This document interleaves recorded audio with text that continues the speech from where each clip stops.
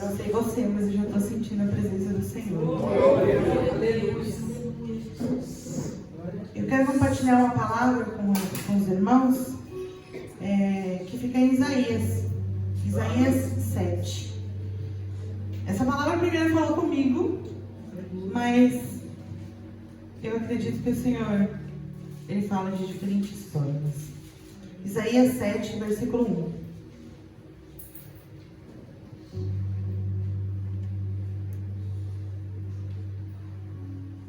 Amém? Diz assim a palavra: Quando Acás, filho de Jotão e neto de Uzias, era rei de Judá, o rei de Rezim da Síria e Pecã, filho de Remalias, rei de Israel, atacaram Jerusalém, mas não puderam vencê-la. Informaram ao rei: a Síria montou acampamento em Efraim.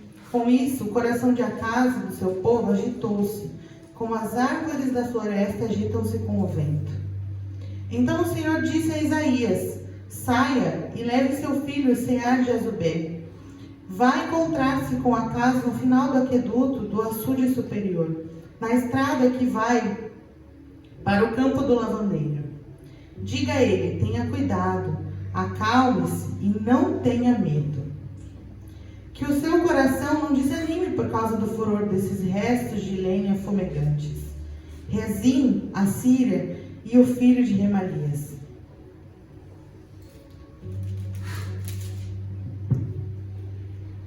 Porque a Síria, Efraim e o filho de Remalias têm tramado a sua ruína, dizendo: vamos invadir o reino de Judá, vamos rasgá-lo e dividi-lo entre nós, e fazer um filho de Cameel reinar sobre ele. Assim diz o soberano Senhor: não será assim, isso não acontecerá, pois a cabeça da Síria é Damasco, e a cabeça de Damasco é Rezim.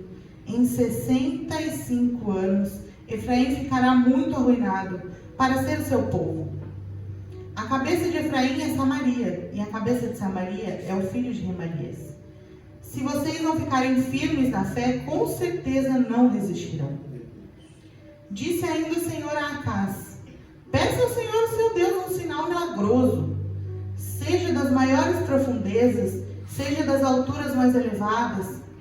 Mas Acás disse: não pedirei, não porei o Senhor à prova. E disse então Isaías: ouçam agora, descendentes de Davi, não basta abusarem da paciência dos homens? Também vão abusar da paciência do meu Deus? Por isso o Senhor mesmo lhes dará um sinal. A virgem ficará grávida e dará à luz um filho, e o chamará Emanuel. Amém? Até aqui. Eu quero começar com uma pergunta para os irmãos. Você já sentiu medo de algo tão grande que parecia impossível vencer? Aquele medo, não medo comum que a gente sente geralmente de atravessar a rua e um carro passar, mas aquele medo que aperta o peito, que paralisa, que faz a gente pensar que não tem saída. Talvez hoje o seu medo não seja um exército, como de Acás, mas uma conta que não fecha, um problema de saúde, uma crise no casamento, medo do futuro, desemprego, solidão. São tantos medos. E é nesse contexto que Deus fala conosco: eu estou com você. E enquanto o medo ele grita, porque o medo ele faz barulho, né? Ele fala: você não está sozinho, você está sozinho, né? Na verdade, Deus sussurra e fala: eu continuo aqui. No tempo de Isaías, Judá estava cercada e os reinos de Israel e da Síria queriam atacar Jerusalém. A Bíblia diz que o coração de Acás e do povo se agitou como as árvores da floresta ao vento.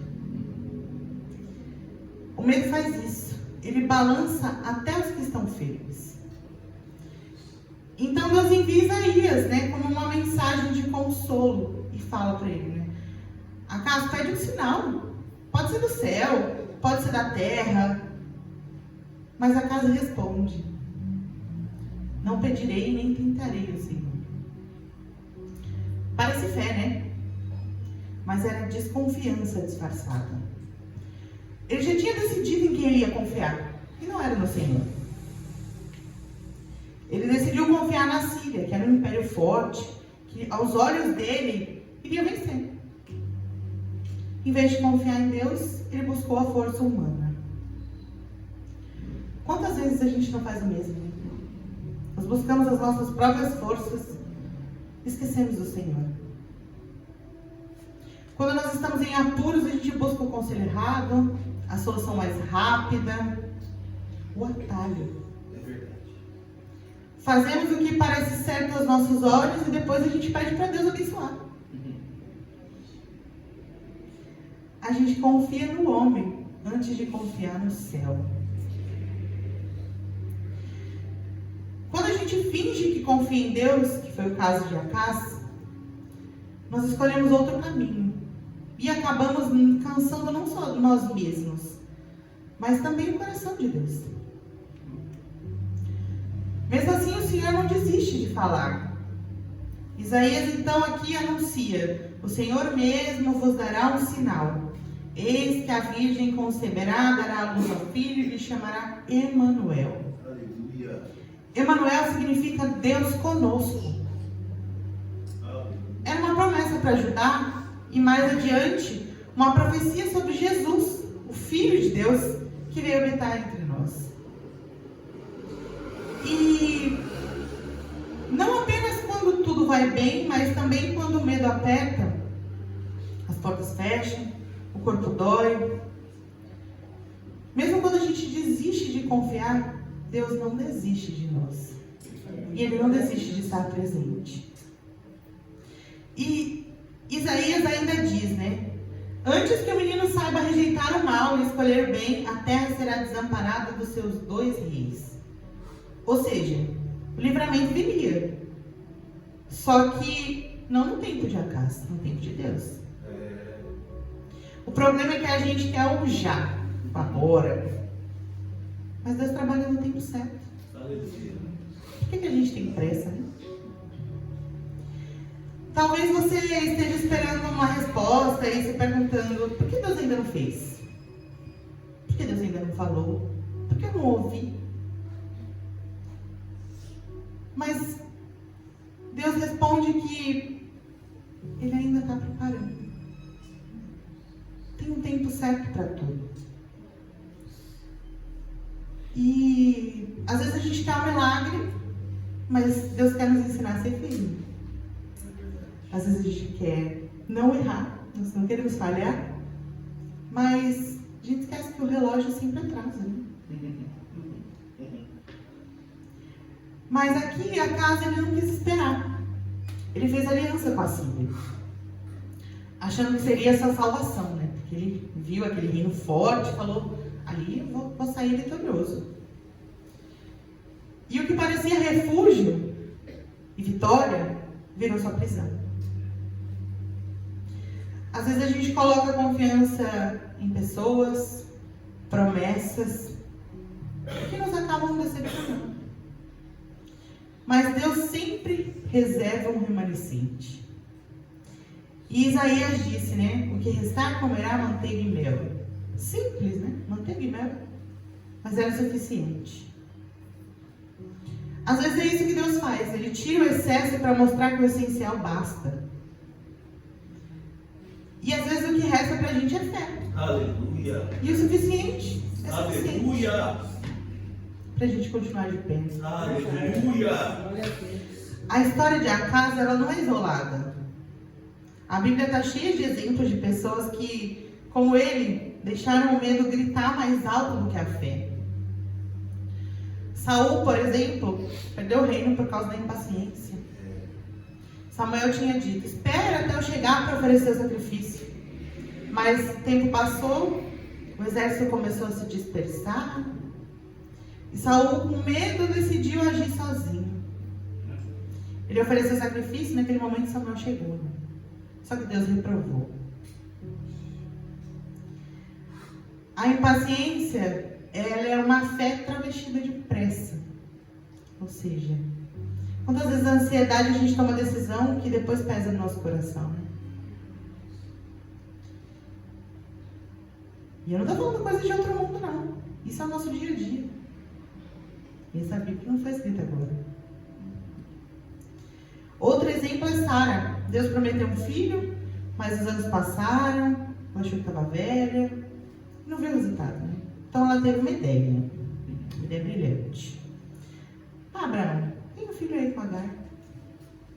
Nasceu Ismael, um filho da pressa, não da promessa. A palavra é parecida, né? Mas não é igual. Aleluia!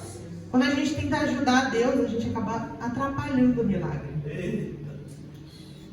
Quantas vezes a gente tenta dar um jeitinho, né, para resolver o que Deus prometeu para nós e o que Ele prometeu cuidar? A gente tenta colocar o nosso dedo no meio. Pedro também viveu algo parecido, né? Quando ele andava sobre as águas, ele estava indo bem, até que ele olhou o vento, distraiu e começou a afundar. Enquanto os seus olhos estavam em Jesus, ele andou sobre o impossível. Deus impossível foi cantado aqui. Mas quando ele olhou para o problema, o medo venceu. E não é diferente da gente, não. A fé, ela anda sobre o impossível. O medo, ele afunda no óbvio. Tem mais, hein? Ezequias, filho de Acás, enfrentou o mesmo inimigo, a Síria. Mas diferente do pai, ele pegou a carga da ameaça e levou ao templo. Ele fez diferente. Ele orou. Senhor, olha o que eles dizem de ti. E Deus respondeu para ele: não temas, eu defenderei a cidade. Aleluia! Aleluia!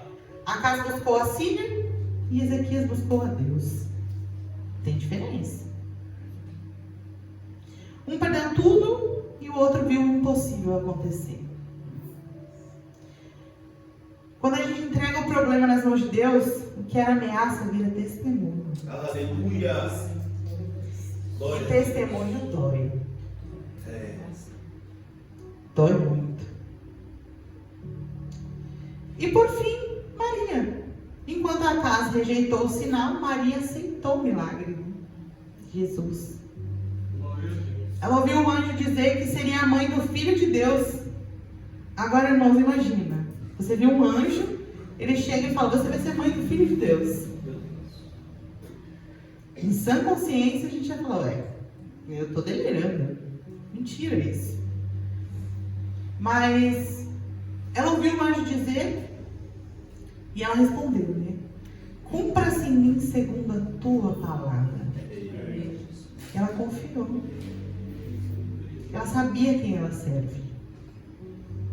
E Acás disse, né? Não pedirei um sinal. Parecia que ele estava com fé ali, né? E Maria disse: eis-me aqui. A fé verdadeira, ela não precisa entender tudo. Ela apenas confia. A fé escolhe acreditar mesmo quando não faz sentido. Mesmo quando a gente não entende. Séculos depois, Mateus cita Isaías, né, já no Novo Testamento, e confirma a profecia. Tudo isso aconteceu para que se cumprisse o que o Senhor dissera pelo profeta. Eis que a Virgem conceberá e dará luz a um filho, e ele será chamado Emanuel. Aleluia! Jesus é a prova viva de que Deus está conosco. Aleluia! Ontem, hoje, Aleluia! Aleluia! o sinal que Deus nos deu, e o sinal que Deus deu a Acás, né, foi o menino. O sinal que Deus nos dá hoje é uma cruz vazia. Porque o Emanuel, ele não está apenas do nosso lado, ele habita em nós. Talvez o seu inimigo hoje não tenha espada, não tenha exército, mas ele tem alguma forma.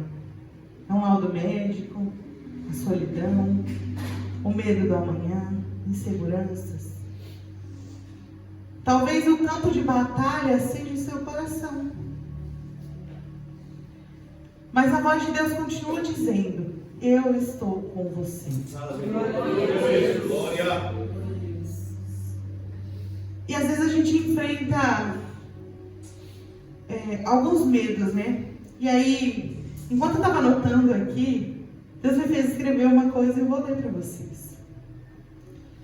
Você que enfrenta o medo da doença, Deus está cuidando, mesmo quando você não vê.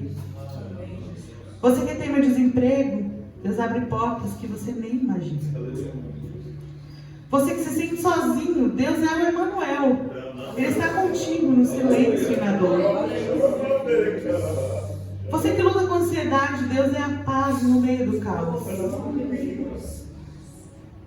E novamente, enquanto o medo grita, você está sozinho, Deus sussurra. Eu continuo aqui. E Isaías 7 nos traz várias lições, mas a primeira delas é que a gente deve confiar em Deus mesmo quando o medo gritar. Não buscar soluções humanas antes de buscar o Senhor. E por último, lembrar que Jesus é o Emanuel, o sinal definitivo de que Deus está conosco. O medo ele pode até gritar, mas a presença de Deus sempre vai falar mais alto. E ela vai dizer que ela está conosco. É uma palavra breve, eu não vou me estender, porque o Senhor sabe o que Ele precisa falar à sua igreja.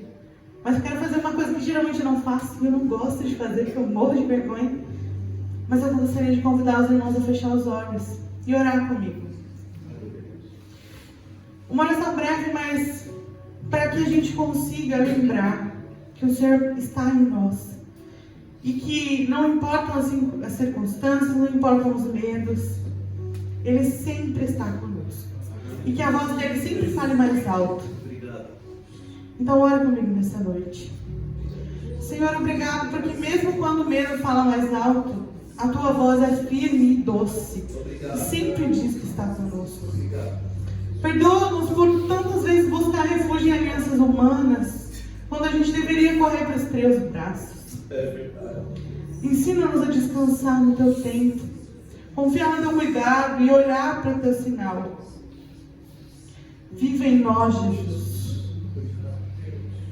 Que cada coração aqui nessa noite saia lembrando que o Senhor continua presente, mesmo quando tudo parece ruim.